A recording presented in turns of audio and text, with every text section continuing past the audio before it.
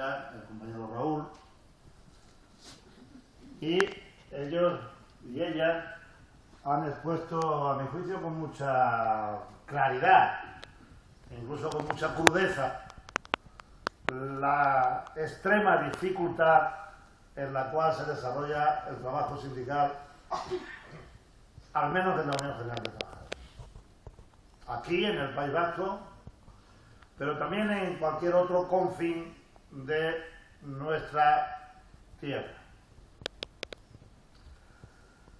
Son representantes democráticos de los trabajadores de distintos ámbitos, de una actividad vinculada a la industria del automóvil, que tiene una enorme importancia en nuestro país, como es la fabricación de neumáticos, los servicios públicos, los servicios de consumo.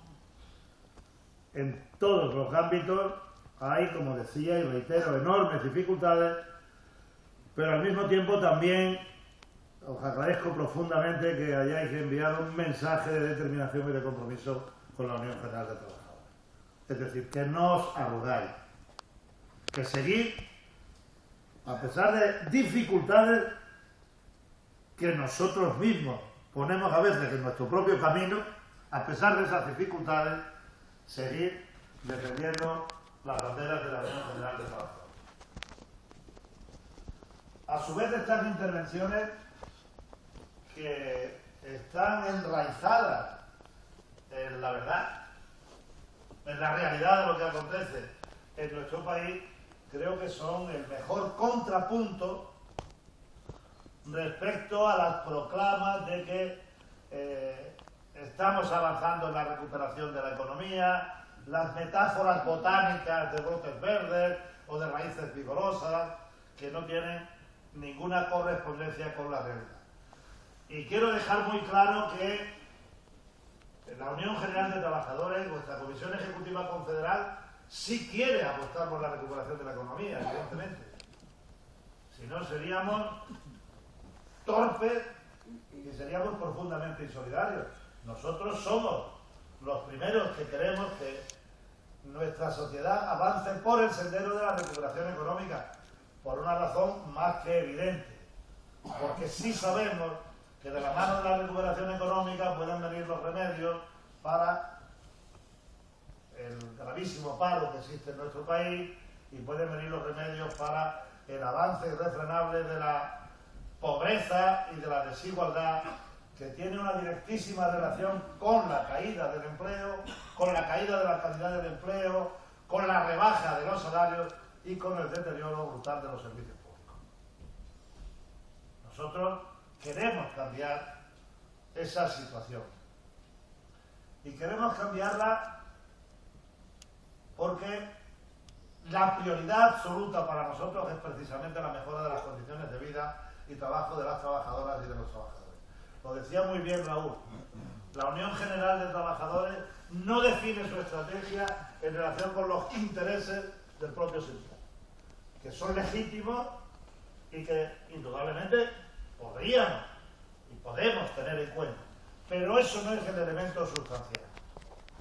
El elemento sustancial no es defender lo que podríamos definir la dimensión corporativa de la Unión General de Trabajadores, sino nosotros lo que queremos es defender los intereses generales de las trabajadoras y de los trabajadores en un país en el que las cosas han cambiado de una manera brutal en un periodo de tiempo relativamente breve.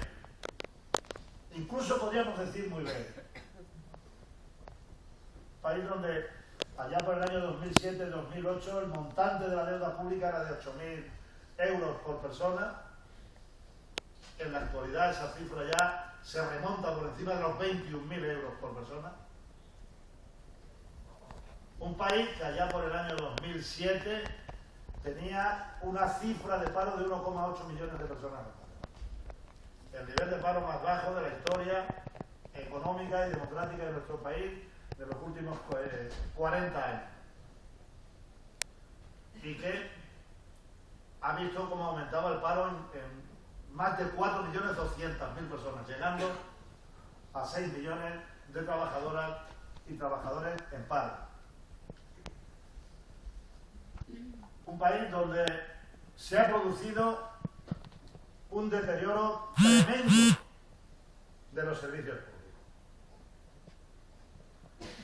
debido a una apuesta clara por la privatización, pero también a unos episodios muy fuertes de incompetencia por parte de los responsables políticos e institucionales de los servicios públicos. Es de actualidad el caso de la auxiliar de enfermería Teresa Romero, como sabéis. Afortunadamente ya ha superado las últimas secuelas del ébola, ya ha podido reunirse con su familia, con sus amigos, ya ha podido, por lo tanto, entrar en el sendero de rehacer su vida laboral y su vida familiar. Una persona a la que el consejero de Sanidad de la Comunidad de Madrid decía aquello de que no estaría tan mala cuando iba a la peluquería. Ella es la responsable, o decía que era la responsable de haberse contagiado por el ébola porque se tocó y no de haberse tocado la cara con las manos, etc. Ese consejero de Sanidad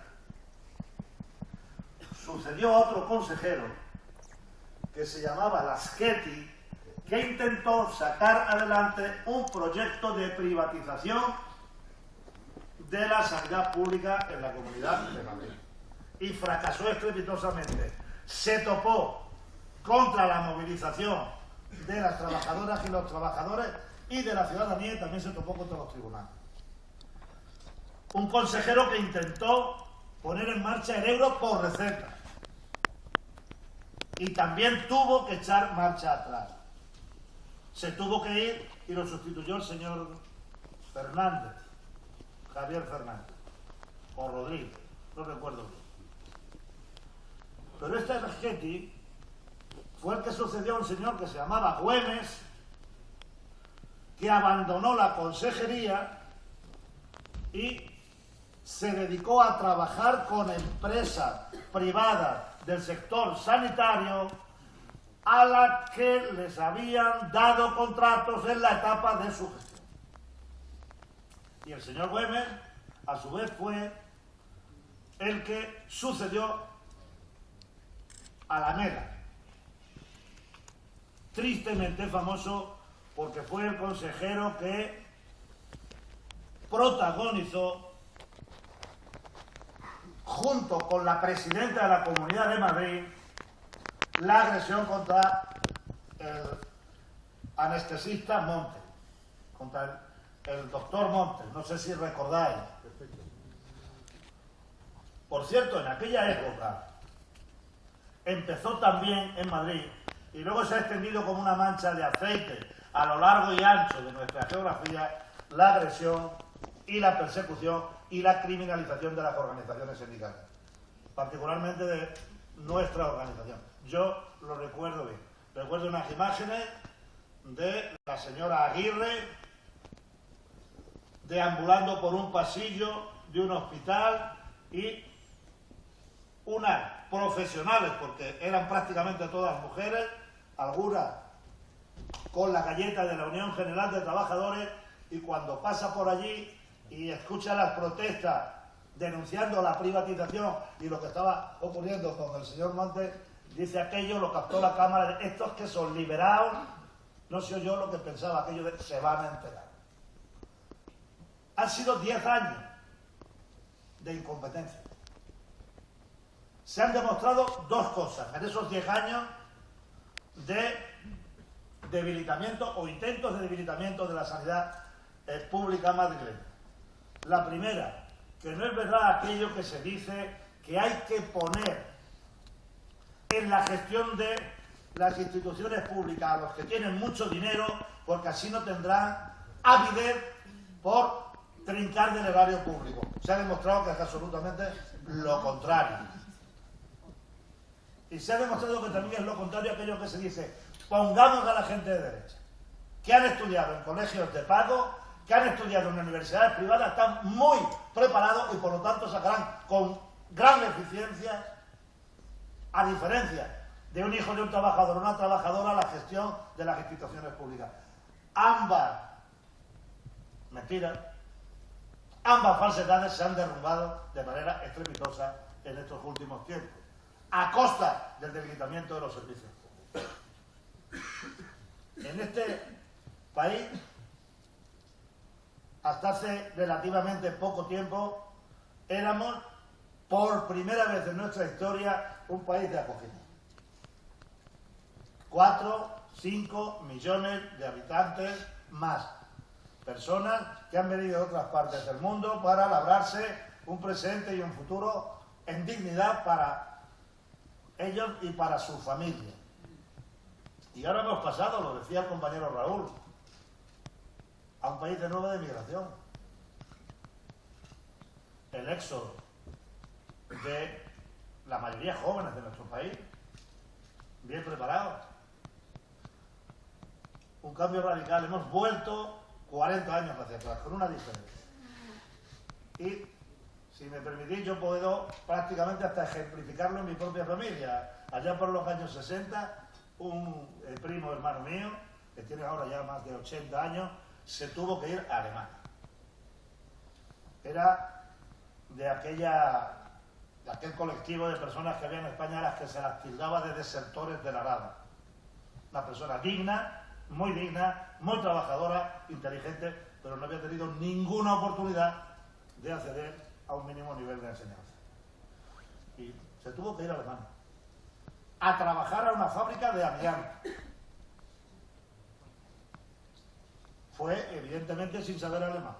Cuando vino sabía 4 palabras de alemán, pero supo integrarse perfectamente él y su familia en el pueblo, que estaba en la región de Hesse, en el pueblo donde vivían. De hecho, formaban parte de la banda municipal de música del pueblo. Y luego, pues ha venido a España y está disfrutando de su merecida jubilación, a la que contribuyó allí en Alemania. Ese es un episodio de mi familia. El otro lo protagoniza mi hijo el mayor. Mi hijo el mayor está en Alemania. En este momento está en Calcuta. Lo han enviado de Múnich, que es donde trabaja la empresa, lo ha enviado a Calcuta. Mi hijo es ingeniero de telecomunicaciones. Estudió la enseñanza primaria en una escuela pública, en un instituto público la enseñanza secundaria, en la Universidad Politécnica Pública de Madrid la carrera. Es decir, ha sido financiada por el erario público. Sabe alemán, sabe inglés y está por ahí. Hasta tal punto